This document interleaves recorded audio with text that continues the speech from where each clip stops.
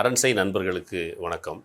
அரண்சை ஊடகம் சுயேட்சையாக இயங்குவதற்காகவே உருவாக்கப்பட்டது. நாம் செய்கிற வேலை உண்மையிலேயே மக்களுக்காக செய்கிறோம் என்பதை நீங்கள் நம்பினால், வாய்ப்பு இருந்தால் இந்த ரேசர் பே கியூஆர் கோடுக்குள்ளே நீங்கள் அதை ஸ்கேன் பண்ணி எங்களுக்கு உங்களால் இயன்றதை விருப்பம் இருந்தால் ஆதரவு தெரிவிக்கலாம். வணக்கம், இது அரண்சை. நான் ஹசீஃப். இன்று நம்மோடு பத்திரிகையாளர் பிரபாகரன் தமிழரசு இணைந்திருக்கின்றார். அவரை வரவேற்போம். வணக்கம். வணக்கம். ரொம்ப ஒரு முக்கியமான ஒரு செய்தியை வெளியிட்டிருக்கிறீங்க.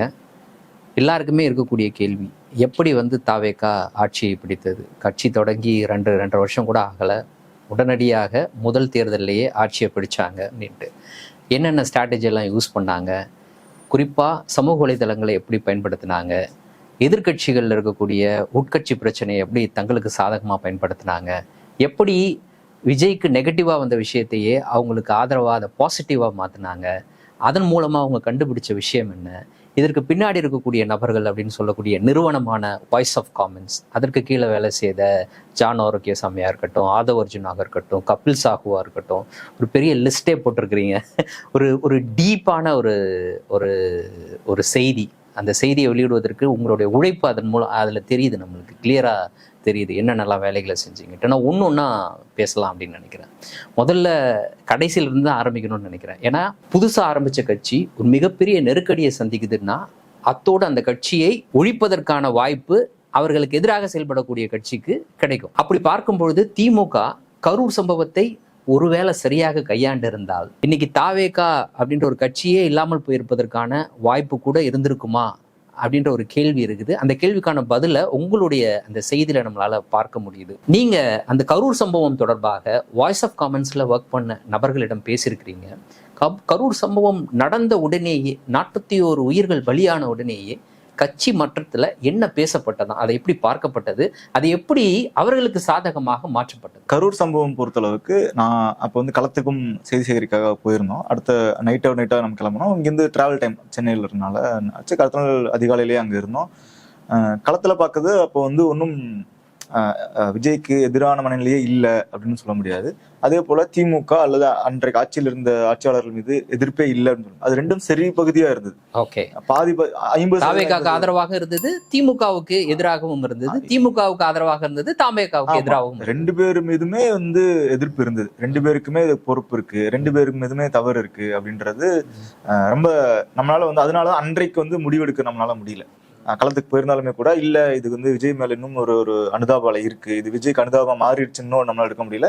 இல்ல திமுக மீது அதீத வெறுப்பு இதனால ஏற்பட்டிருக்கு. அவங்கதான் இதை மேனுஃபேக்சர் பண்ணாங்க. இது திட்டமிட்ட சதி கோட்பாட்டுக்குள்ளேயும் நம்மளால அதை பொருத்தியும் பார்க்க முடியல. ஏன்னா ரெண்டும் சரி பகுதியுமா இருந்தது. ஏன்னா கிட்டத்தட்ட ஒரு 2 நாள் பக்கம் அவங்க சுத்தினதுல அப்படிதான் நம்மளால பாதிக்கப்பட்டவங்க தரப்புல இருந்து பேசப்பட்டது. அன்னைக்கு உங்களால நமக்கு அப்சர்வ் பண்ணது அதுதான். ஆனா தாவேகா தரப்புல என்ன நடந்திருக்குன்னா, அன்னைக்கு அவங்களுக்கு அதை கையாள தெரியல.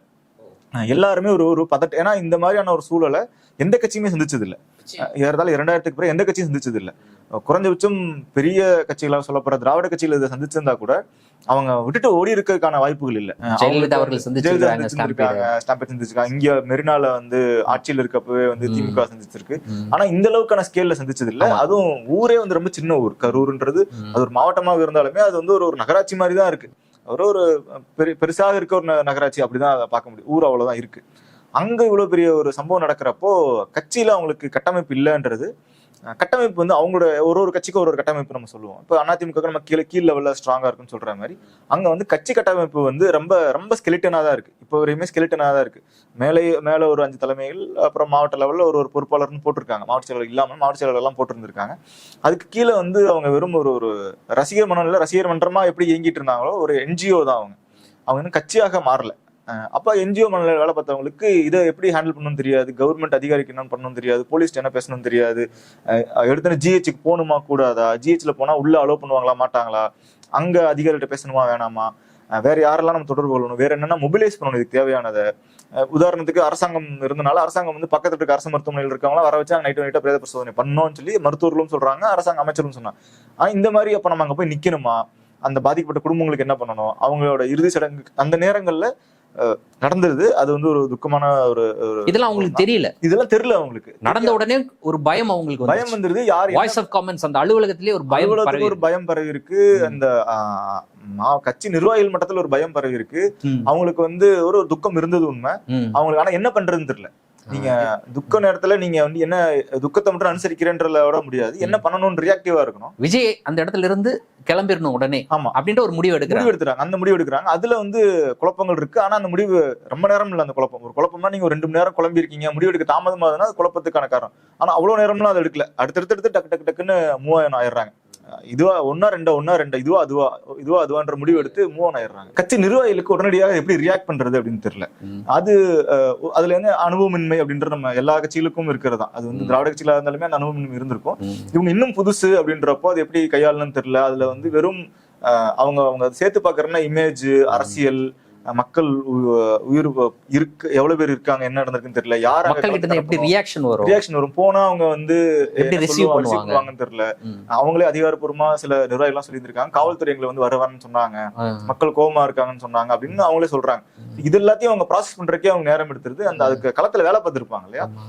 விஓசி சார்பில் வேலை பார்த்த அணி ஆகட்டும், ஆரோக்கிய வாய்ஸ் ஆஃப் காமன் சார்பில் வேலை பார்த்த அணி ஆகட்டும், ஜான் ஆரோக்கியசாமி தரப்புல இருந்து அவங்களுக்காக வேலை பார்த்த அணி, இதுக்காக செக்யூரிட்டிக்காக முன்னாடி இருந்து இந்த ஜென்பேக்ட் செக்யூரிட்டி டீம்ன்றது நயீம் அவர்களோட தான். அவரு துபாய் பேஸ்ல இருந்தவர். அவர் தான் இப்ப விஜய்க்கு முழு நேரம் பாடி கார்டா இருக்காரு. நயீம் மூசா பார்த்திருப்போம். அவங்க டீம் தான் முதல்ல இருந்தே வேலை பார்த்துட்டு இருக்காங்க. அந்த டீம் ஒரு இடங்களுக்கும் இப்படியான செக்யூரிட்டி செக் பண்ணிட்டு இருந்திருக்காங்க. இப்ப அவங்களுக்கும் வந்து இந்த செக்யூரிட்டில எங்க லேப்ஸ் ஆச்சு, என்ன நடந்தது, அதை சொல்ல எல்லாருமே அவங்கவுங்க தரப்புல இருந்து யோசிக்கிறாங்க, நாம எங்க தப்பு பண்ணிட்டோம் அப்படின்னு. எப்படி ரியாக்ட் பண்றதுன்னு யாருக்குமே தெரியல. அந்த விளைவு இது எவ்வளவு நாள் அந்த குழப்பத்தோட நகருது. இது நேரத்துல இந்த குழப்பமே வந்து ஒரு 48 மணி நேரத்துக்கு இருக்கு. அவங்களுக்கு ஒரு 2 நாளைக்கு இருக்கு. ஒரு முதல் நாள் முடிஞ்சு 2வது நாள் தான் என்ன பண்றாங்க, அடுத்த லெவலுக்கு இறங்குறாங்க. 2வது நாள் எப்படி முடிவுக்கு வராங்க? இந்த கரூர் நிகழ்வு அப்படின்றது நமக்கு எதிராக இல்லை அப்படின்ற முடிவுக்கு எப்படி வந்து சேர்றாங்க? அவங்க முடிவுக்கு வரல. எப்படி எல்லா பொலிட்டிக்கல் ஸ்ட்ராட்டஜி கம்பெனிகளும் வந்து வாக்ஸ் பாப் எடுத்துக்கிட்டே இருப்பாங்க. அந்த வாக்ஸ் பாப்பை வந்து சாதகமானதை பயன்படுத்துவாங்க, சிலதை பயன்படுத்த மாட்டாங்க, சிலதை வந்து அவங்க புரிதலுக்காக எடுக்கிறதும் இருக்கு. இவங்க வந்து பெரும்பாலும் இவங்க எடுத்த வாக்ஸ் பாப் எல்லாமே வந்து அவங்களோட புரிதலுக்காகவும் அவங்க கட்சியின் தலைமையோட புரிதலுக்காக, மக்கள் இந்த ஏரியா என்ன சென்ஸ் பண்றாங்க எனக்கு டைரக்டா கேட்க கருத்து கேட்பது. ஆமா, நீங்க சொல்றது எனக்கு வேணாம், நான் வந்து அவங்க கிட்ட டைரக்டா கேட்கறேன், எனக்கு ராவா கொடுங்க அப்படின்றதெல்லாம் இருக்கு. அந்த மாதிரியான ஒரு இதுக்காக இவங்க என்ன பண்றாங்க, களத்துல இருக்கவங்களுக்குலாம் கீழே ஃபீல்ட்லயும் இருந்திருப்பாங்க ஆட்கள், அந்த ஸ்ட்ராட்டஜிஸ்ட் அந்த கூட்டங்கள் இருந்திருப்பாங்க, அந்த ஊர்ல தங்கி இருந்திருப்பாங்க. அப்போ அவங்க மூலியமாக தொடர்பு கொண்டு பேட்டி எடுக்க சொல்றாங்க. ஆமா, பேட்டி எடுக்கிறது 2வது. பேட்டி எடுக்கிறதுன்றது ஒரு நபர் நேர்ல போய் வீடியோ மைக்கு பிடிச்சி கேமரா பிடிச்சி எடுக்கிறது. பேட்டி எடுக்க சொல்லாம நீங்க வீடியோ ரெக்கார்ட் பண்ணி அனுப்ப முடியுமா அப்படின்னு கேக்குறாங்க. அப்படி ரெக்கார்ட் பண்ணி அனுப்ப முடியுமான்னு கேக்குறப்ப அந்த அவங்களும் ஆக்சுவலா பாதிக்கப்பட்ட ஃபேமிலியை தொடர்பு கொள்றாங்க. நீங்களே பேசி அனுப்புங்க, நாங்க ஆட்களை அனுப்பல, நீங்க என்ன நினைக்கிறீங்கறத பேசி அனுப்புங்க அப்படின்னு கேக்குறாங்க. விஓசில கேக்குறாங்க.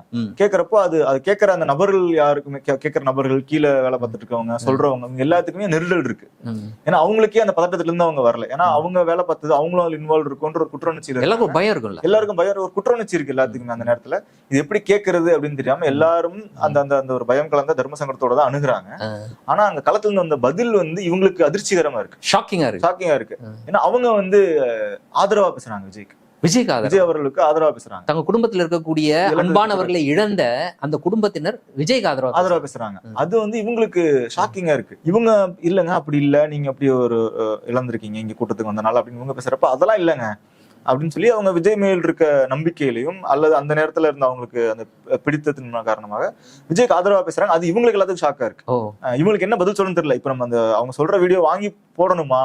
ஏன்னா அது ஒருவேளை நெரட்டிவாக இருந்தாலும் கூட அந்த நெரட்டிவ் ஆக்சுவலாவே வருது, நம்மளே அப்படிதான் கேட்கலான்னு போறோம். ஆனா அவங்களே அப்படி சொல்றாங்கன்றப்போ அது இவங்களுக்கும் அது சாதகமாக தான் இருக்கு. ஆனா அது ஷாக்கிங்கா இருக்கு. அவங்களுக்கே நம்ம கேட்டு வாங்க வேண்டியதா இருக்கு, அது வாலண்டியரா வருது அப்படின்னு. அப்போதான் அவங்க ஒரு முடிவுக்கு வர்றாங்க, ஓகே 41 பேர் இறந்தும் ஒரு நெகட்டிவ் வேலை இல்ல, அந்த பாதிக்கப்பட்ட குடும்பத்திலே இல்லைன்னா இதற்கு மேல என்ன பெரிய சம்பவம் நடந்துட முடியும்? இதன் மூலமா நீங்க உங்களுடைய அந்த ரிப்போர்ட்ல சொல்லியிருக்கக்கூடிய விஷயம், அந்த வார்த்தையை நான் குறிப்பிடலான்னு விரும்புறேன். எது நடந்தாலும் ஆமா அவருக்கு எதிராக ஒரு நெகட்டிவான பிம்பத்தை உருவாக்க முடியாது அப்படின்ற ஒரு முடிவுக்கு வாய்ஸ் ஆஃப் காமன்ஸ் வந்து வந்துடுறாங்க. ஓகே, அது இதுல இருந்து அடுத்த இது வந்து கரூர்ல நடக்கிறதா அவங்க பார்க்க முடியுது. சரி, ஓகே. இதுலயே எனக்கு இன்னொரு கேள்வி இருக்கு. இந்த 2 நாள் குழப்பம் அப்படின்றது தாவைக்கால நீடிச்சு, அதற்கு பிறகுதான் வந்து அந்த குடும்பங்களை அணுகுறாங்க. அந்த குடும்பங்களினுடைய எதிர்வினை தான் அவங்களுக்கு ஒரு பூஸ்டா மாறுது. விஜய் அவர்களுடைய பிம்பத்தை எதனாலும் உடைக்க முடியாது அப்படின்னு சொல்லிட்டு, ஒருவேளை இந்த 2 தினங்கள்ல என்ன நடந்தது அப்படின்ற விஷயத்தை அப்போது ஆளும் கட்சியாக இருந்த திமுக சரியாக கையாண்டு இதற்கு காரணமான நபர்கள் அப்படின்னு யாரையாவது ஃபிக்ஸ் பண்ணியிருந்தா, குறிப்பா தாவேக்காவை சேர்ந்தவர்களே ஃபிக்ஸ் பண்ணி ஸ்ட்ராங்கா ஒரு ப்ரொபகண்டான்னு கூட சொல்ல தேவையில்லை, உண்மையை கொண்டு போய் மக்களிடம் சேர்த்திருந்தால் இப்படிப்பட்ட ஒரு விஷயம் நடந்திருக்குமா? நான் உங்ககிட்ட கேட்கிற ஒரு சாதாரண இது நடந்திருக்கா? நான் இதை எப்படி பாக்குறேன்னா, அரசாங்கம் வந்து அதை கொஞ்சம் பக்குவமா கையாளணும். அதாவது இந்த சிம்பத்தி வேவ் வரக்கூடாதுன்னு நினைச்ச ஒரு விஷயத்தை கையாண்டாங்க இல்லையா, அதுதான் அவங்களுக்கு சிம்பத்தி வேவ் கொடுத்துருது. ஓகே, அந்த 2 நாள் அவங்களுக்கு சாதகமா சாதகம். இவங்க என்ன உடனடியாக அவங்களுக்கு வந்து களத்துல நம்ம வந்து அரசாங்கம் செயல்படுதுன்றதை காமிக்கணும் அப்படின்றக்க. அப்ப அந்த 50% ப்ரொபோர்ஷன் நம்ம சொல்றோம், அது என்ன ஆயிருது, அது 50% தாவேக்கா ஆதரவு, 50% திமுக ஆதரவு, அல்லது 2 பேருக்கு 50% எதிர்ப்புன்றது திமுக அதிகமா வேலை செய்ய விட்டும். இன்னொன்னு என்னன்னா, அந்த அங்க நேரில் சென்ற அமைச்சர்கள் யாரும் அதுக்கு முன்னாடி எப்படி இருந்தாங்கன்றது சேர்த்து மக்கள் எடை போடுவாங்கல்ல. அப்ப அதுக்கு முன்னாடி அந்த அமைச்சர்கள் வந்து சில நேரங்கள்ல தொகுதிகள் அவைலபிள் இல்லாம இருந்திருக்காங்க. தொகுதிகளுக்கு சென்று அவங்களோட கட்சியின் ஓன் ரிப்போர்ட் படியே வந்து அவங்க தொகுதிக்கு வந்து இந்த நிகழ்ச்சிகள் தொடக்க விழா தாண்டி பெரிதாக தொகுதிகளுக்கு செல்லல, அவங்க சொந்த தொகுதிகளுக்கு செல்லல அப்படின்றத வந்து அவங்க ரிப்போர்ட்டே சுட்டி காட்டுறாங்க, அவங்களோட இன்டர்னல் ரிப்போர்ட் சுட்டி காட்டுது.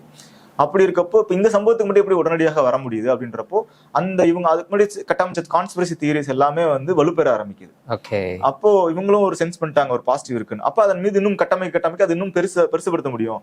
இந்த 50% யாரால கூட்டிக்க முடியும் அப்படின்றதா இருக்கு. அதை அதிகரிச்சுக்க முடியும் அப்படின்றதுல வந்து தாவேக்கா வந்து சக்சஸ் பண்ணிருக்காங்க, திமுக அதுல மிசரபிளி ஃபெயில் ஆயிருக்காங்க. அப்போ நீங்க பேசி இந்த தகவலை வாங்கினது அந்த சமயத்தில் வாய்ஸ் ஆஃப் காமன்ஸ்ல வேலை செய்த நபர்கள், அந்த சமயத்தில் வேலை செய்த நபர்கள் அவங்க தான் உங்களுக்கு கொடுத்த தகவல். அதன் அடிப்படையில் தான் செய்தியை ஃபைல் பண்ணியிருக்கிறீங்க. இப்போ திமுக அந்த இடத்துல வந்து வேலை செஞ்சிருந்தா, வேலைனா என்ன செய்யணுமோ அதை செய்திருந்தா, 41 உயிர்கள் பலியாயிருக்கு. யார் காரணம்? அந்த இடத்துக்கு ஏன் விஜய் தாமதமாக வந்தார்?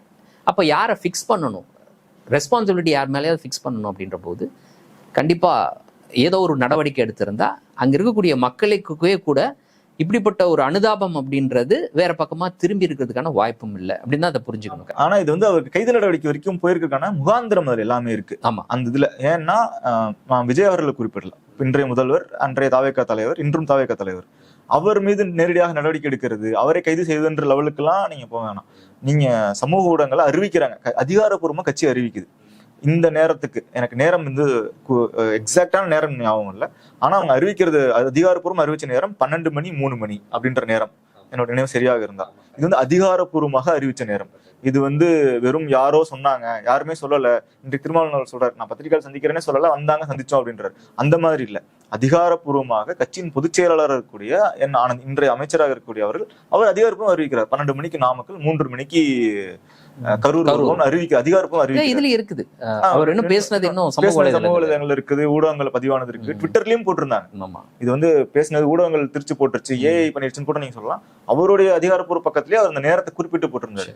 ஆனா அவர் கரூருக்கு வந்த நேரமும், அவருக்கு நாமக்கலுக்கு சென்ற நேரமே வந்து தாமதம், கரூருக்கு சென்ற நேரம் இன்னும் தாமதம். ஒருவேளை நீங்க நாமக்கல் போயிட்டு அங்கிருந்து வர்றதுனால டிராபிக், காவல்துறை ஒத்துழைக்கல, இதெல்லாம் புரிஞ்சுக்கொள்ள முடியுது. ஒருவேளை மக்கள் அதிகமா ஆதரவுக்காக வந்திருந்திருக்கலாம், அதெல்லாம் புரிஞ்சுக்க முடியுது. ஆனா நாமக்கலுக்கு சென்ற நேரமே வந்து உங்களுக்கு ஒருவேளை அந்த நேரம் தான் வந்து பர்மிஷன் கொடுத்துருந்தாங்க, அதுவும் அதிகாரப்பூர்வமா இருந்துட்டு போகலாம். அதிகாரப்பூர்வம் அந்த நேரம் பர்மிஷன் கொடுத்தாங்க, பர்மிஷன் கொடுத்த நேரத்துல தான் விஜய் அவர்கள் வந்திருந்திருக்கலாம்.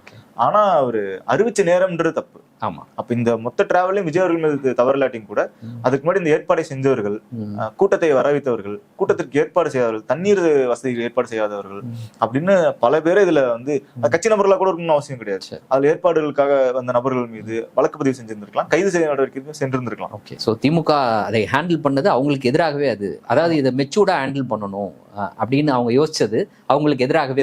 ஒரு அரசியல் முதிர்ச்சியில இருந்து நம்ம வந்து ஒரு அது இப்ப வந்து ரொம்ப கரெக்டான பொலிட்டிக்கல் டோன்ல சொன்னோம்னா அரசியல் முதிர்ச்சியில இருந்து நம்ம ஒரு பெரிய கட்சி அப்படின்னு. ஆனா அது வந்து எப்படி ஆகி போச்சுன்னா, அது ஒரு பெரிய மனப்பான்மையில நீங்க தான் எல்லாத்துக்கும் வழிகாட்டுறீங்க அப்படின்ற இடத்துல அப்படி நீங்க நடந்துகிட்டது என்ன ஆயிருது, அப்படிலாம் இல்ல அப்படின்றத மாறி இருக்குது அவங்களுக்கு. இரண்டாவது நீங்க குறிப்பிட்டிருக்க இன்னொரு விஷயம், எதிர்கட்சிகள்ல இருக்கக்கூடிய குழப்பங்களை, அவங்களுக்குள்ள இருக்கக்கூடிய உட்கட்சி பிரச்சனையை வாய்ஸ் ஆஃப் காமன்ஸ் எப்படி பயன்படுத்தியது? அது வந்து பெரும் கடல். அதாவது ஒரு வேட்பாளருக்கும் ஒரு பெரும் கதை இருக்கு. ஒரு உதாரணத்துக்கு சோழவந்தான் கருப்பையா அவர்கள் எடுத்துக்கிட்டோம்னா, அவர் எப்படி வந்து தாவேக்கா எடுக்கிறாங்க, அவங்களோட இதுக்குள்ள எடுக்கிறாங்கன்றதுக்கு ஒரு பெரும் கதை இருக்கு. அவர் வந்து அதிமுகல வந்து சீட்டு கேட்கிறார், அவரோட தொகுதிக்கு தொகுதி சீட்டு வாங்கணும்னா கட்சி நிதிக்காக ஒரு குறிப்பிட்ட தொகை கொடுப்போம் அப்படின்னு முடிவு எடுக்கிறார். அந்த நிதியுடன் சென்னை வர்றார். சென்னை வந்து காத்திருக்கார், பட்டியல்ல அவர் பேர் இல்லை. அவர் திரும்ப தன்னுடைய ஊருக்கு போயிட்டு இருக்கார். இவ்வளவு இது வந்து எந்த பிரச்சனையும் இல்லாம ஊருக்கு அவர் அப்படியே போயிருந்தா எந்த பிரச்சனையும் இல்லாம முடிஞ்சிருந்திருக்கும். அவருக்கு வந்து அவர் அதீதமாக திராவிட பற்றாளர். அவர் வந்து அதிமுக அந்த அந்த லோக்கல்ல அதிமுக லாயலிஸ்டா தான் அறியப்படுறாரு. ஆனா என்ன நடக்குது, வர்ற வழியில அவர் குறிப்பிட்ட தொகை வந்து கட்சி கொடுக்கணும்னு கொண்டு வந்திருக்காரு. அது வேட்பாளர் அறிவிச்சா அதை கொடுக்குறோம், இல்லாட்டி திரும்ப எடுத்துட்டு போயிடுவோன்றதுதான். ஆனா இந்த தொகை எடுத்துட்டு வந்திருக்காங்க அப்படின்றது யாருக்கோ தெரிஞ்சிருக்கு போல.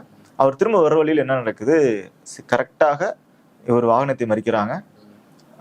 தேர்தல் ஆணையத்தின இருக்க தேர்தல் ஆணையத்துல யார் இப்போ அப்ப தேர்தல் ஆணையம் இப்போ வந்து ஆட்சி இதுல இருக்கவங்க தான், அரசு அதிகாரிகள் தான், போலீஸ் அரசு அதிகாரிகள் தான். அவங்க வழிமறிக்கிறாங்க. ஒரு வாகனத்துல எந்த இடத்துல அந்த ரூபாய் வைத்திருக்கிறாரோ வேற எங்கும் செக் பண்ணல, நேராக எங்க வைத்திருக்கிறாரோ அங்க போய் அந்த காசை எடுத்துடுறாங்க. அப்ப அதுல இருந்து அவர் தெளிவா தெரியுது யாரும் சொல்லி கொடுத்துதான் அது எடுக்கிறாங்க.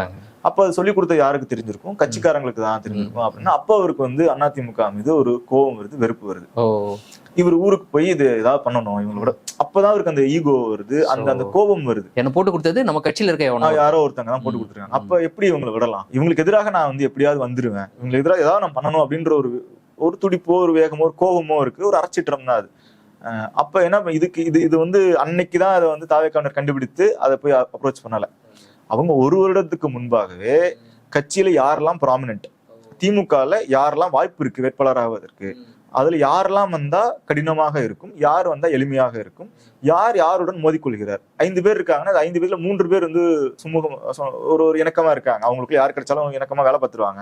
ஆனா 4ஆவதா இருக்க நபர் வந்து இதுல யாருக்கு கிடைச்சாலும் அவர் வந்து அவங்க தோற்கடிக்கிறதுக்காக வேலை பார்ப்பார் அப்படின்றத அந்த பட்டியல்லாம் அவங்க ஒரு வருடத்துக்கு முன்னாடி எடுத்து வச்சிட்டாங்க. கரூர் சம்பவத்துக்கு முன்னாடி இருந்தே அந்த பட்டியல வேலை பார்த்து அந்த பட்டியல் ஒவ்வொரு தொகுதியிலும் ஒரு கட்சி வரும். திமுக அதிமுக இல்லாம அதிமுக திமுக இன்னும் அந்த இடத்துல வலுவாக எந்த கட்சி இருக்கிறோ அந்த கட்சிக்கும் சேர்த்து வேலை பார்த்திருக்காங்க. அப்படி இருக்கப்ப அந்த ப்ராமினன்ட் பட்டியல்ல கற்பி அவர்கள் இருக்காரு. அவருக்கு அங்க தொகுதியில வேட்பாளராக கொடுக்கறதுக்கு அவர் முயற்சி பண்றார். அவர் கொடுத்தாருன்னா அவருக்கான வாய்ப்புகள் கொஞ்சம் அதிகம் இருக்கு.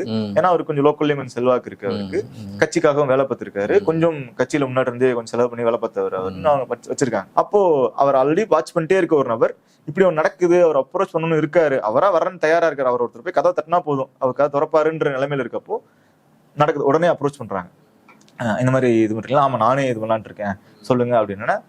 என்றைக்கு நடக்குதுன்னா மறுநாள் காலை தாவேகா வேட்பாளர் பட்டியல் காலை 11 மணிக்கு அறிவிக்கிறாங்க. முந்தின நாள் இரவு 9 மணிக்கு தொடர்பு நடக்குது, அவங்களுக்குள்ள ஒரு பேச்சுவார்த்தை நடக்குது. உடனடியாக நைட்டோட இரவாக ஃபிளைட் பிடிச்சு அவர் வந்து சென்னை வர்றாரு. சென்னை வந்து இங்க இருக்க முக்கிய நிர்வாகிகளுடன் ஒரு பேனல் இன்டர்வியூ மாதிரி நடக்குது. நீங்க தான் வேட்பாளர், நாளை காலை அறிவிப்பு வரும், ஹோட்டல்ல ஸ்டே பண்ணுங்க, ரூம் எடுத்து தங்குங்க அப்படின்றாங்க. அவரும் தங்குறார். அடுத்த நாள் காலையில தாவேக்கால அவரோட வேட்பாளர் பட்டியல அவர் பேர் வருகிறது. அவர் தான் சோழவந்தானுக்கு தாவேக்காவின் வேட்பாளர். ஏறத்தாழ வேட்பாளர் அறிவிப்பு 12 மணி நேரத்துக்கு முன்பாக தான் உறுதி செய்யப்படுது. காலை 11 மணிக்கு அறிவிப்பு வருது. முந்தின நைட் 11 மணிக்கு தான் அவர் நள்ளிரவு தான் சென்னையை வந்து ரீச் ஆகிறார். அது வரைக்கும் அவர் அதிமுக உறுப்பினர் தான். இதுல அடுத்து என்ன நடக்குது, இப்ப என்னன்னா அவர்கிட்ட கையில வந்து பணம் இல்லை. அவர் தொகுதியில் வேலை பார்க்கறதுக்கான செலவினங்களுக்கான தொகையா தான் ஒரு தொகையை வச்சிருந்திருக்காரு.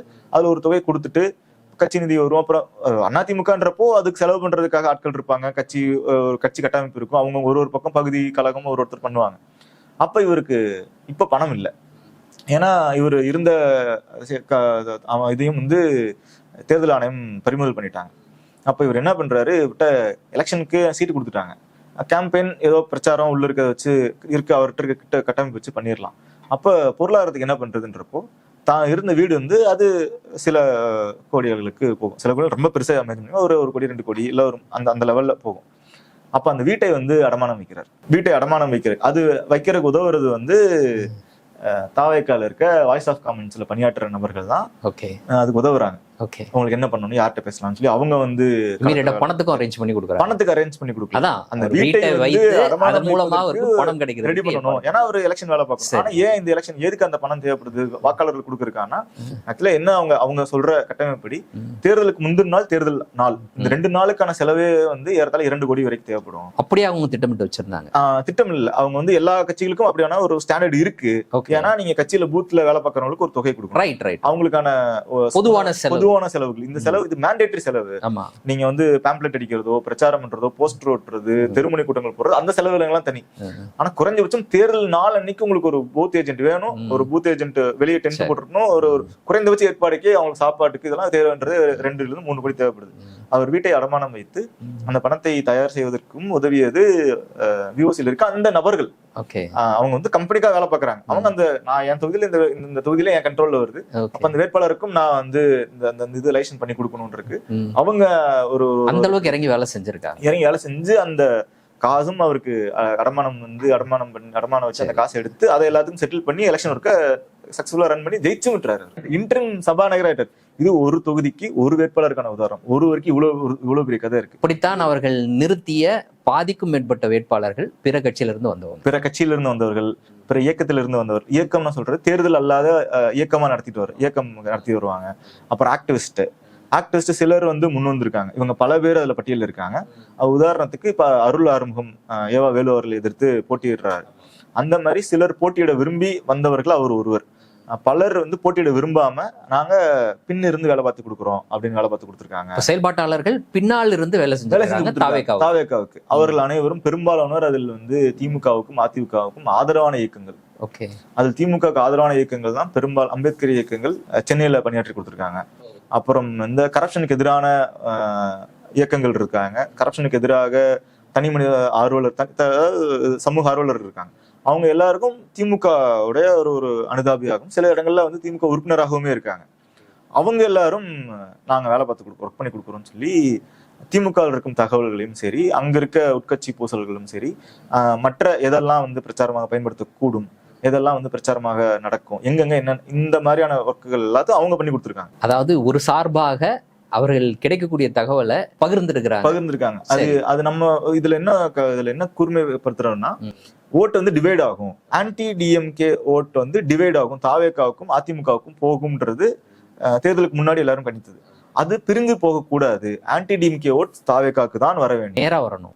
அதிமுக ஆன்டி ஏடிஎம்கே ஓட்ஸ் அதுவும் வந்து பிரிஞ்சிடக்கூடாது. தாவேகாவுக்கும் திமுகவுக்கும் பிரிஞ்சிடக்கூடாது, அதுவும் இங்கதான் வரணும்ன்றது அந்த கன்சால்டேஷன் தான் இதன் மூலமா பண்ணிருக்காங்க. இப்ப நீங்க ரொம்ப முக்கியமான ஒரு விஷயத்த சொன்னீங்க. அம்பேத்கரிய அமைப்புகள் பல வந்து தாவேகாவுக்கு ஆதரவாக மறைமுகமாக வேலை செஞ்சிருக்கிறாங்க அப்படின்ட்டு. இந்த அம்பேத்கரிய அமைப்புகள் நமக்கு தெரிஞ்சு பிசிகாவுக்கு வேலை செஞ்சிருக்கணும், அதாவது திமுக கூட்டணிக்கு வேலை செஞ்சிருக்கணும். அப்போ திமுக கூட்டணிக்கு வேலை செய்யாமல் அவர்கள் இப்படியாக வேலை செய்ததும் கூட பல இடங்கள்ல எங்கு வந்து பட்டியல் சமூகத்தை சேர்ந்தவர்கள் அதிகமாக இருக்காங்களோ அந்த இடங்கள்ல தாவேகா வெற்றி பெறுவதற்கு காரணமாக அமைந்திருப்பதற்கான வாய்ப்பும் இதன் மூலமா ஏற்படுத்திருக்கும் அப்படின்னு புரிஞ்சுக்கலாமா? இதுல அம்பேத்கரிய இயக்கங்கள் அல்லது பட்டியல் சமூகத்தினர் அப்படின்றத ஏதோ அவர்கள் ஒருவர் மட்டுமே தாவேகாவுக்கு வாக்களிச்சதால அவங்க வந்து வென்றுட்டாங்க அப்படின்ற ஒரு பிம்பம் உருவாக்கப்படுது.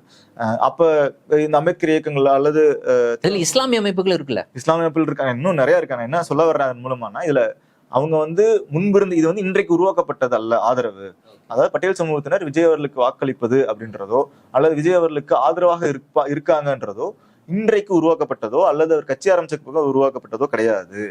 அந்த முகமும் அவருக்கு இருக்க அந்த முகமும் அவருக்கு அந்த ஆதரவும் ஏறத்தாழ பிம்பமும் ஏறத்தாழ ஒரு 10-15 ஆண்டுகளுக்கு முன்பு இருந்தே உருவாகிருச்சு. உதாரணத்துக்கு கில்லி திரைப்படம்னா சிறந்த உதாரணம். பெரும்பாலானோருக்கு வந்து அதை வந்து ஒரு என்டர்டைன்மெண்ட் படமா தான் நீங்களும் இப்போ வரைக்கும் நினைக்கலாம். நானும் எனக்கும் தெரியற வரைக்கும் அதை ஒரு என்டர்டைன்மெண்ட் படமாக தான் நினைச்சேன். ஆனா கில்லி படத்துல என்ன ஒரு அரசியல் நடந்திருக்கு பின்னாடி. இப்ப எப்படி நம்ம இந்த தாவேகோட பேசிட்டு இருக்கோமோ அதே போல கில்லி படத்துக்கு பின்னால் ஒரு அரசியல் நடந்திருக்கு. என்ன நடந்திருக்கு? கில்லி படத்துல வந்து அவர் ட்ரிப்ளிகேன்ல இருக்க ஒரு போலீஸ் அதிகாரியின் மகன். அவருடன் இருக்கவங்க எல்லாரும் வந்து வட சென்னை சேர்ந்த நண்பர்கள். அவர் என்ன பண்ணுவாரு, சென்னையிலிருந்து கிளம்பி போய் மதுரையில் முத்துப்பாண்டி என்பவரை அடித்து விட்டு அவருடைய முறைப்பெண்ணான தனலட்சுமியை சென்னை கூட்டு வந்துடுவார். கூட்டு வந்து அவருடன் காதலா இருக்கிறதாகட்டும் பின்னாட்கள் ஒன்று சேர்ந்திருப்பாங்க. இப்படிதான் கதையா இருக்கு. இதுதான் நம்மளுக்கு தெரிஞ்ச கதை, ஒரு ஸ்போர்ட்ஸ் படம் அப்படின்றது. ஆனா அதுக்கு பின்னாடி இப்ப வைக்கிற நம்ம இது சொல்லுவோம்ல, ரஞ்சித் அவர்கள் படத்துல எல்லாம் வந்து குறியீடு வைக்கிறாரு அப்படின்னு. அந்த குறியீடெல்லாம் வந்து இப்ப நம்ம நோட் பண்றோம். அது ரஞ்சித் படம்ன்றனால அது குறியீடு நோட் பண்றோம். தரணி படத்துல நம்ம குறியீடு நோட் பண்ணல. தரணி படத்துல வந்து குறியீடு எக்ஸாம்பிள் ஒரே ஒரு எக்ஸாம்பிள் மட்டும் சொல்லணும்னா, நிறைய வச்சிருக்காரு. ஒரு குறியீடு சொல்லணும்னா, சென்னையில அம்பேத்கர் ஸ்டேடியம் எங்கேயாவது இருக்கா? அம்பேத்கர் ஸ்டேடியம்னாலே நேரு ஸ்டேடியம் தான் இங்க இருக்கும். திடல்னா அம்பேத்கர் திடல்கள் இருக்கும், அம்பேத்கர் மைதானம் இருக்கும், அம்பேத்கர் ஸ்டேடியம் இல்லை. ஆனா அந்த படத்துல ஸ்டேடியம் தான் இருக்கும். அம்பேத்கர் ஸ்டேடியத்துல தான் அந்த கபடி மேட்ச் நடக்கும். அங்க எப்படி அது புரிந்து கொள்ளப்பட்டது அப்படின்னு இன்னொன்னு குறியீடாக வச்சிருக்காரு, வெளிப்படையாக வச்சிருக்காரு படத்துல. அந்த பகுதியில் இருக்க மதுரையில இருக்க ஒரு பெரும்பான்மை சமூகம், எண்ணிக்கையில் பெரும்பான்மையா இருக்க சமூகத்தை சேர்ந்த ஒரு பெண்ணை வந்து சென்னையை சேர்ந்த தலித் ஒருவர் வந்து அந்த பெண்ணை வந்து அந்த சமூகத்தை சேர்ந்த ஒருத்தரை அடிச்சுட்டு அவங்க முறப்பொண்ணை எடுத்துட்டு போயிட்டாரு அப்படின்னா அந்த படம் அந்த நேரங்கள்லயே அது அப்படிதான் அங்க பரப்பப்பட்டது. அப்படிதான் அவருக்கு முகம் உருவாக்கப்பட்டது. அப்ப என்ன ஆகுது, அங்க இருக்க ஆதிக்க சமூகங்கள், மதுரை சுற்றுலா தென் மாவட்டங்கள் ஆதிக்க சமூகங்கள் எல்லாரும் இல்ல இவர் வந்து நமக்கு எதிரானவர், இவர் வந்து பட்டியல் சமூகத்துக்கு ஆதரவாக ஒரு நபரா இருக்காரு, அப்ப நமக்கு ஏற்ற ஒரு ஒரு ஒரு ஒரு கதாநாயகனை நம்ம வந்து பின்பற்றணும், அவரை நம்ம வந்து பின்தொடரணும், அவர் நமக்காக ஒருத்தரா அவரை வச்சுக்கணும் அப்படின்ற முடிவு அப்ப அந்த படத்துல தான் எடுக்கிறாங்க. இது விஜய் அவர்களுக்கு தெரியாம இல்லை. இது நம்ம நினைச்சுக்கலாம் விஜய்க்கு தெரியாது, இதெல்லாம் வந்து பிரபாகரா வந்து இவ்வளவு டீகோட் பண்றோம் அப்படிலாம் அந்த படத்துல இல்லைன்னு எல்லாம் சொல்லலாம். அப்படிலாம் கிடையாது. விஜய் அவர்களுக்கு இந்த கதை இந்த சம்பவம் தெரிய வருது. அவரும் இதை உணர்றாரு. உணர்ந்ததுக்கு அப்புறம் கில்லி படத்துக்கு அடுத்த வெரி நெக்ஸ்ட் மூவி இதுக்கப்புறம் வந்த படம் வந்து பாத்தீங்கன்னா மதுரை. அந்த படத்தின் பெயருக்கும் அந்த படத்தின் கதைக்கும் கதாபாத்திரத்துக்கும் எந்த தொடர்பும் கிடையாது. ஒரே காரணம், அந்த பகுதி மக்களை வந்து அப்பீஸ் பண்ணணும், இல்ல அப்படிலாம் இல்லை அப்படின்றது. ஆனா அந்த பிம்பம் அப்பவே உருவாயிருச்சு. அந்த பிம்பம் தொடர்ச்சியா இருந்துகிட்டே இருக்கு. அதன் வெளிப்பாடு தான் இப்ப இருக்க மக்கள். ஏன்னா பாய் நெக்ஸ்ட் டோர் ஒரு ஒரு அப்பியரன்ஸ், அவரோட ஸ்கின் டோனு, அவர் பேசுவதும் யாரும் வந்து அந்த மக்களுக்கு எதிராக எந்த இடத்துலயும் படங்கள்ல பேசல அவரு அப்படின்றப்போ அது இயல்பாக அவர் மீதான ஒரு அட்ராக்ஷன் கொடுக்குது. இது அதோட நிக்கல, அடுத்தபடி வருது. இது வந்து பட்டியல் சமூக மக்கள். அடுத்து இருக்கிறது எம்பிசியில் இருக்க மக்களையும் அவர் கவர்றார் ஒரு கணிசமான அளவுல. அதுதான் வந்து வன்னியர் சமூகம். அவரும் ஒரு கணிசமான அளவு ஆதரவு இருக்கு. இதை வந்து மற்ற கட்சிகள் எல்லாத்தையும் விட முன்பே உணர்ந்தவர் பாமக நிறுவனர் மருத்துவர் ராமதாஸ் ஐயா. அவர் பாத்தீங்கன்னா இருக்கிறதுலயே அதிகமாக நடிகர்களை விமர்சிச்சதுல விஜய் அவர்கள் தான் அதிகமா விமர்சிச்சிருப்பார். ஏன்னா அவர் வந்து இந்த ரஜினிகாந்த் அவர்களுக்கு பிறகு விஜய் அவர்கள் தான் அதிகமாக விமர்சிச்சிருப்பார். ஏன்னா இந்த ஆபத்தை அவர் அன்றே உணர்ந்திருக்கார். இந்த வாக்குகள் இந்த இளைஞர்கள் அந்த பக்கம் போவதற்கான வாய்ப்புகள் அதிகம். அப்ப நம் எதிரி இவர் அப்படின்றத நம்ம வந்து அந்த ஆப்போசிட் இடத்துலயே வச்சிருக்கணும், அவர் ரைவலாவே நம்ம காமிக்கணும், அப்பதான் இவங்களை வந்து நம்ம வச்சிருக்க முடியும் அப்படின்றதுல அவர் ரொம்ப தெளிவாக இருந்தார். அதன் காரணமாகத்தான் வன்னியர் வாக்குகளும் போயிருக்கு. ஆனா இந்த அளவுக்கு போகல. மற்றவர்கள் எல்லாம் வந்து அவர்கள் ஒரு ரசிகமான நிலை தான், ஒரு படம் பார்க்கறதா, இது வாக்குகளா மாறாது அப்படின்னு ஒரு டினையல்லையும் ஒரு இக்னரண்டா இருந்துட்டாங்க. முன்னெச்சரிக்கை நடவடிக்கை காரணமாக வன்னியர்களுடைய வாக்குகள் அதிமுக கூட்டணிக்கு டிரான்ஸ்பர் ஆயிருக்கு. ஆமா, அது வந்து தாவேக்கா டிரான்ஸ்பர் ஆகலாம்னு சொல்ல முடியாது. அதிமுகவுக்கும் போயிருந்திருக்கும், முழுமையாக போகல. வர வேண்டிய வாக்குகள் கரெக்டா வர வேண்டிய சிதறிச்சான்னு கேட்டீங்கன்னா சிதறிச்சு. பட் ஆனா அதை தாண்டி பாமகவை அதிமுக கூட்டணி எதற்கு உள்ள கொண்டு வச்சோ அந்த வேலையை அவங்க சிறப்பாக செஞ்சுட்டாங்க. அதுக்கு காரணம் வன்னிய மக்கள் பலனும் கிடைச்சிருக்கு அவங்களுக்கு. அதனாலதான் வந்து அதிமுக இப்போ 3ஆம் இடத்துக்கு தள்ளப்பட்டாலும் கூட 2011 திமுக 3ஆம் இடத்துக்கு தள்ளப்பட்ட மாதிரியான நிலைக்கு அதிமுக இப்போ தள்ளப்படல. அதுக்கு இது ஒரு முக்கியமான காரணம். இதுதான் இந்த காஸ்ட் ஈக்குவேஷன். இது வந்து நேச்சுரலாவே எனக்கு அலைன் ஆகுது அவங்களுக்கு. அவங்க இவர் ஆதரிக்கிறதுல என்ன பிரச்சனை அப்படின்ற இடத்துல இருந்து போறாங்க. அது திமுக அதை கணிக்க தவறிட்டாங்களா, அல்லது திமுக கூட்டணி கட்சிகள் அதை பார்க்க தவறிருக்காங்களா அப்படின்னா பல இடங்கள்ல வந்து அது பிளைண்ட் செட்டடா இருந்திருக்கு. சரி, அடுத்து ரொம்ப முக்கியமான ஒன்று, தேர்தல் அப்படின்னு வந்தாலே அதற்கு மிகப்பெரிய அளவுக்கு பொருட்செலவு ஆகும். இப்போ இதை எப்படி வந்து தாவேகாவினர் சாத்தியப்படுத்தினாங்க? அதற்கு வாய்ஸ் ஆஃப் காமன்ஸ் என்ன திட்டத்தை செயல்படுத்தினாங்க? கட்சியிலிருந்து முதல்ல சொன்னப்பட்ட தகவல் யாருக்கும் ஆதவர்ஜுனா சொன்னது உண்மைதான். நான் யாருக்கும் ஒரு பைசா கொடுக்க மாட்டோம். அவர் யாருக்கும் சொன்னது மக்களுக்கு சொன்னாரா இல்லையோ, உண்மையோ பொய்யோ தெரியாது நமக்கு. ஆனா கட்சி வேட்பாளர்களுக்கு ஒரு பைசா கொடுக்க மாட்டோம் அப்படின்றது அந்த நிலையில இருந்தாங்க. கட்சியில இருந்து பெரும்பாலானோருக்கு சுத்தமா கொடுக்கவே இல்லை, முற்றிலுமாக 234 தொகுதியிலும் வேட்பாளர்களுக்கு காசே கொடுக்கல அப்படின்னு சொல்ல முடியாது. ஆனா பெரும்பாலானோருக்கு யாருக்கும் எந்த செலவினங்களும் ஏற்கல கட்சி நேரடியாக.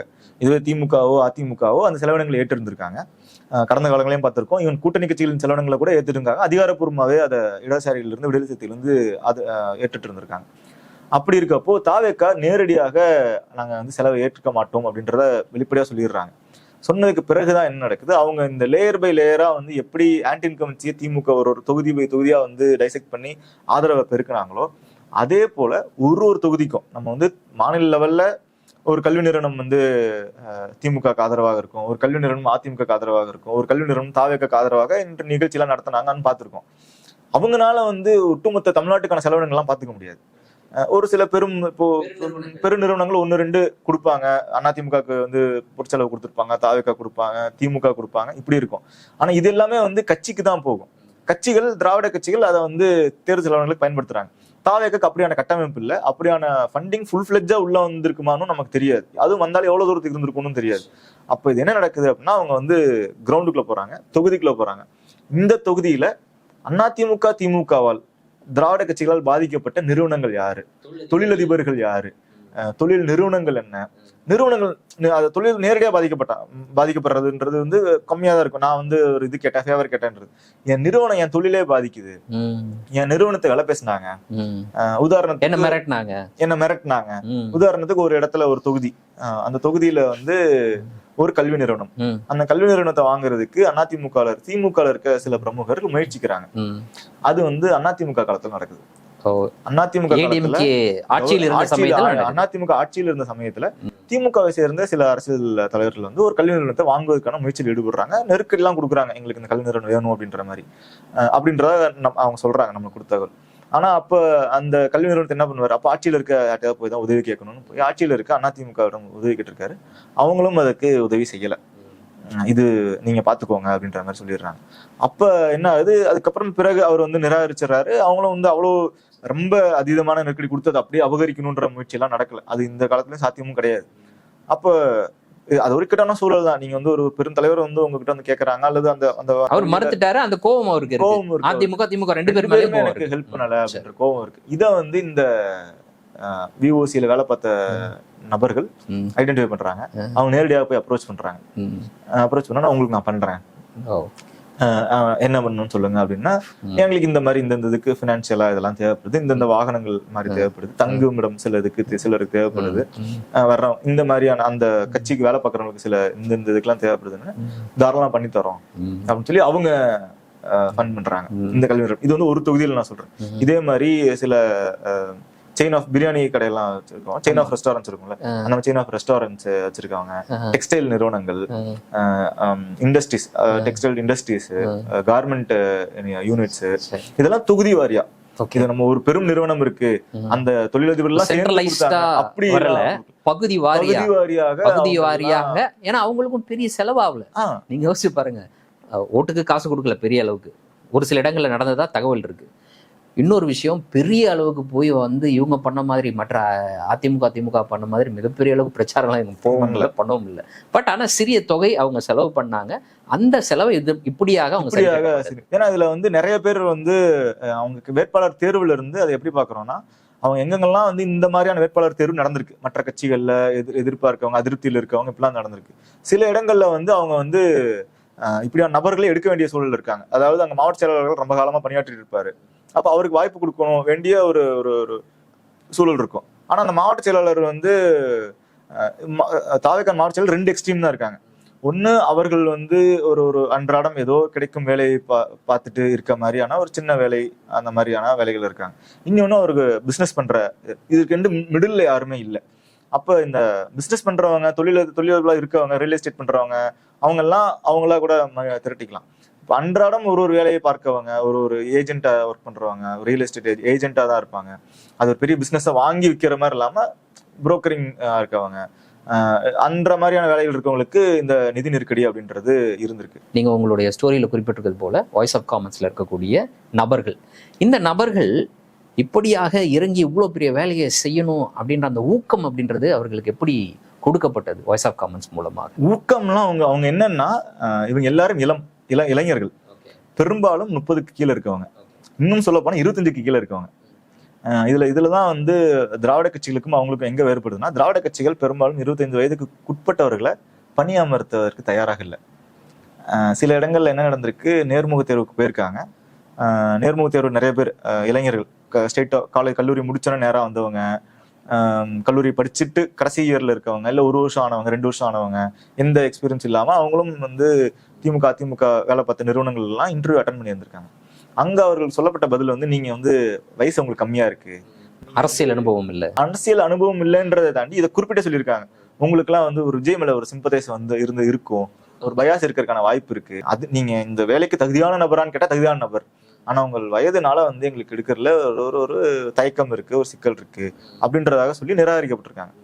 அந்த நபர்கள் எல்லாரும் இங்கே அவங்களுக்கு வேலை வேணும். அவங்க வந்து ஒரு என்னன்னா ஒரு பொலிட்டிக்கல் சயின்ஸ் படிச்சிருப்பாங்க, BA political science, MA political science படிச்சிருந்திருப்பாங்க.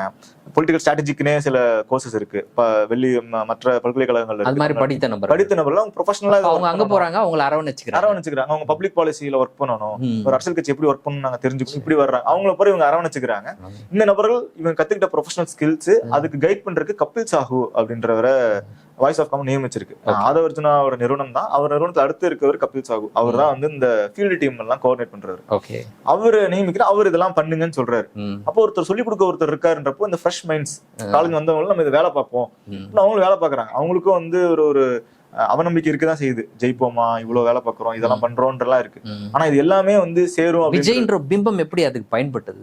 விஜய்ன்ற பிம்பம் வந்து இது ஒரு ஃபேக்டர், கிரவுண்ட் ஃபேக்டர் மட்டும் இல்லாம இது வந்து கிரவுண்ட் ஃபேக்டர் ஒன்னு இருக்கு. ஒரு ஸ்விங் ஓட்டர்னு சொல்ற மாற்றம். நான் சொல்றது இவர்கள் வேலை செய்யக்கூடிய விஓசில வேலை செய்யக்கூடிய இவங்களுக்கு பெரும்பாலானவர் வந்து அவங்க வந்து ப்ரொஃபஷனலா படிச்சுட்டு வந்தனால நான் பார்த்த வரைக்கும் அவங்க அந்த பிம்பத்தை வந்து பெருசா அவங்களே வந்து அதை எடுத்துக்கல. நான் பேசின வரைக்கும் பட் ஒரு வேலையா செஞ்சிருக்காங்க. அவங்க ஒரு வேலையா தான் செஞ்சிருக்காங்க. அவங்களுக்கு வந்து விஜய் அலுவலகம் ஒரு 5 முறை 6 முறை வந்திருந்திருக்காரு. அப்ப கூட இவங்க ஒன்னும் அவங்க பெருசா நீங்க குறிப்பிட்டிருக்கீங்க விஜய் ஒவ்வொரு முறையும் அந்த அலுவலகம் வரும்பொழுது திரும்பி போகும்பொழுது கடைசி நபர் வரைக்கும் கை குலுக்கிட்டு அவங்ககிட்ட சொல்லிட்டு தான் போவார், கை டாடா காமிச்சு தான் போயிருக்காரு. அப்படி இருந்துமே அவங்களுக்கு அந்த ஈர்ப்பு வந்து உள்ள இருக்கப்ப அந்த ஈர்ப்பு எல்லாம் இல்லாம இருந்திருக்கு அவங்களுக்கு. விஜய் நம்ம ஒரு அரசியல் கட்சி வேலை இது எப்படி திமுக இருந்தாலும் அப்படிதான் இருக்கும், அதிமுக இருந்தாலும் அப்படிதான் இருக்கும்ன்ற மாதிரி தான் அவங்களோட மனநிலை இருந்திருக்கு. இன்னொன்னு சிலருக்கு வந்து உடன்பாடே இல்ல இவங்க ஐடியாலஜிக்கல் பேசுறப்போ. ஏன்னா இவங்க அரசியல் படிச்சுட்டு வர்றாங்கன்றப்போ இவங்க ஏதோ ஒரு வகையில ஐடியாலஜிக்கலி படிச்சுதான் ஆகணும். அப்ப அதுல இருந்து ஒரு புரிதல் இருந்திருக்கும். அப்ப நிறைய பேருக்கு உடன்பாடு இல்லாம தான் வேலை பாக்குறாங்க. உடன்பாடுனா இது ஒரு ப்ரொஃபஷனலா பாப்போம்ன்ற பண்ணிருக்காங்க. பட் ஆனா சீரியஸா ஒர்க் பண்ணிருக்காங்க, கொடுத்த வேலையை கரெக்டா பாக்கணும்ன்றதுல. அப்புறம் இந்த இன்டர்பர்சனல் ரிலேஷன்ஷிப் வந்து அந்த அவர் மீது வெறுப்பு இல்ல, ஆனா பிரியமும் இல்லாம இருக்குல்ல. அந்த நியூட்ரல் ஜோனை வந்து ஒரு படி ஒரு நேர்ல வந்து பார்த்துருப்போம்னா அவரோட அது உடையுது. அவர் அப்படி இல்ல, அவரு எல்லாரையும் வந்து ஒரு சின்ன டில்ட் அந்த பக்கம் வருது. எல்லாத்தையும் வந்து நார்மல் இயல்பா தான் பாக்குறாரு. இவங்க தான் வந்து அவர் அண்டர்ஸ்டேட் பண்றாங்க. அவர் இவ்வளவு திட்டுவதற்கு உகந்த நபர் கிடையாது.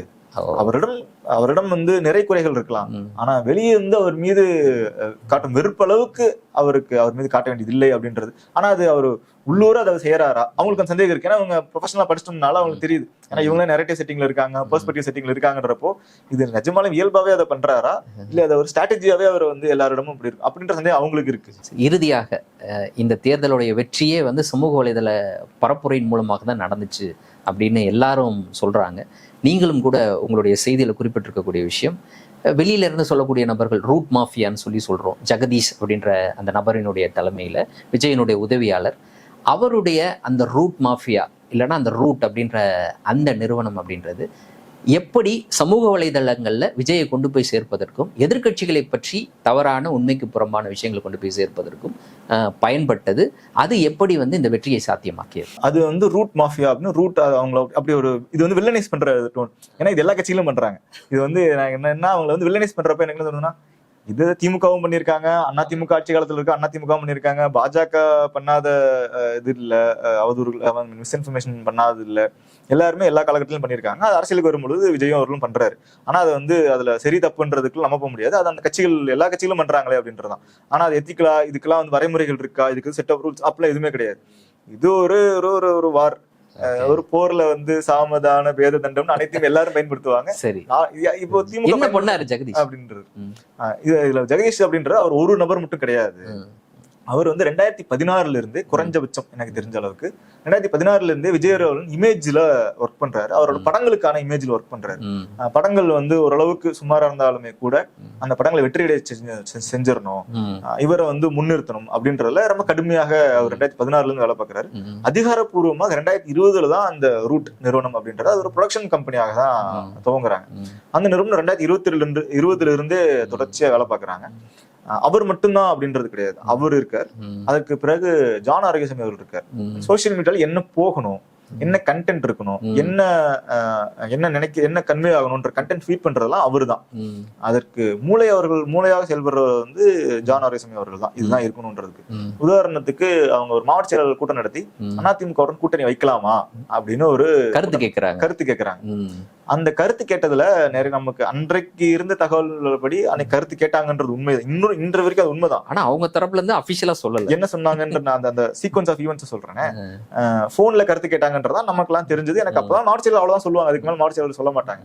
ஆனா இப்பதான் தெரியுது அவங்க வந்து அந்த வாட்ஸ்அப்ல போலே நடத்திருக்காங்க. வாட்ஸ்அப்ல போல் நடத்த முடியும் இல்லையா, அந்த மாதிரி வந்து ஏடிஎம்கே கூட்டணி எஸ் நோ அப்படின்ற மாதிரி ஒரு போல் நடத்திருக்காங்க. அதுல எஸ் வாக்களித்தவர்கள் தான் அதிகம் அதிமுக கூட்டணி வைக்கணும்னு. இது ஒன்று, இதுதான் ஃபேக்ட்.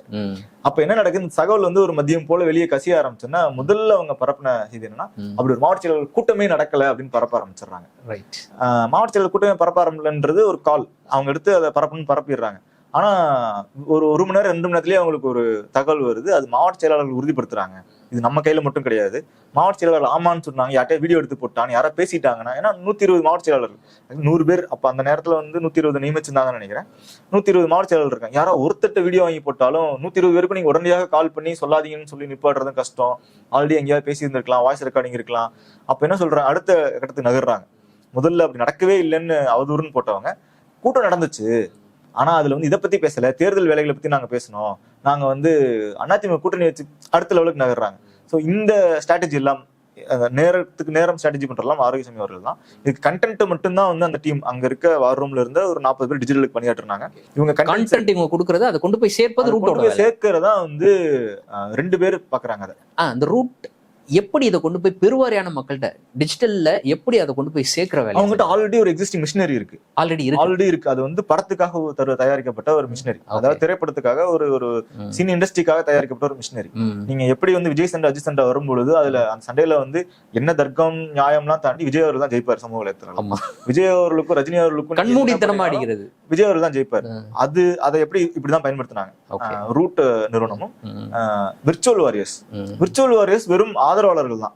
தாவேக்கான இந்த அது எப்படின்னா ஒரு 100 பேர், இது எப்படின்னா ஒரு அதிகாரம் இருக்க பக்கம் எல்லாரும் திரும்புவாங்கன்ற மாதிரி ஒரு 100 பேர் வந்து அடிக்கிறாங்க, ஒருத்தர் வந்து அட்டாக் பண்றாங்க. அப்ப அவங்களுக்கு ஆதரவு பெருகுதுன்றப்போ இவங்களும் அதே பாணியை பின்பற்றுவாங்க. அந்த மாதிரி விர்ச்சுவல் வாரியர்ஸும் அதே பாணியில வந்து கண்மூடித்தனமாக போறாங்க. அந்த அதுக்கு டைரக்ஷனாக இருக்கிறது ரூட் சார்பாக போடக்கூடிய பாதை, அதை வந்து விர்ச்சுவல் வாரியர்ஸ் ஃபாலோ பண்றாங்க, பின்பற்றுறாங்க. அந்த கண்டென்ட் தயாரிப்புகள் மட்டும்தான் ஜானுடைய மொழியாக இருக்கிறது. இத முழுமும் கட்டமைச்சது வந்து ரூட் ஜெகதீஷ் அவர்கள் தான். அவரோட இமேஜ்ல வந்து அவர் ரொம்ப கான்சென்ட்ரேட் பண்றாரு. அதுல வந்து லெஸ் விஜய். அப்போ இதுல வந்து இன்ஃப்ளூயன்சர்ஸ் எல்லாமே பயன்படுத்தப்பட்டாங்க. அவங்க வந்து விஜய் மீது அக்கறை கொண்டவர்கள், அபிமானம் கொண்டவர்கள்லாம் கிடையாது, பட் அவர்கள் பயன்படுத்தப்பட்டிருக்கிறார்கள். அப்படிதான் அவர்கள் வந்து இதுல வந்து 2 நடக்குது. ஒண்ணு, அவங்க வந்து அவங்களாகவே அவங்க தாவேகா தரப்புல இருந்து அவர்கள் இன்ஃப்ளூயன்ஸ் பண்ணி பயன்படுத்தப்பட்டது ஒண்ணு. இரண்டாவது, இந்த அந்த பின்னாடி என்ன ஆகுதுன்னா உங்களுக்கு ஒரு கீவேர்டு உட்காந்துருது உள்ள. இன்டர்நெட்டே அதுக்கு வந்து நீங்க ஒரு விஷயத்த பத்தி இன்னைக்கு அதிகமா பேசுறீங்க, எழுதுறீங்க.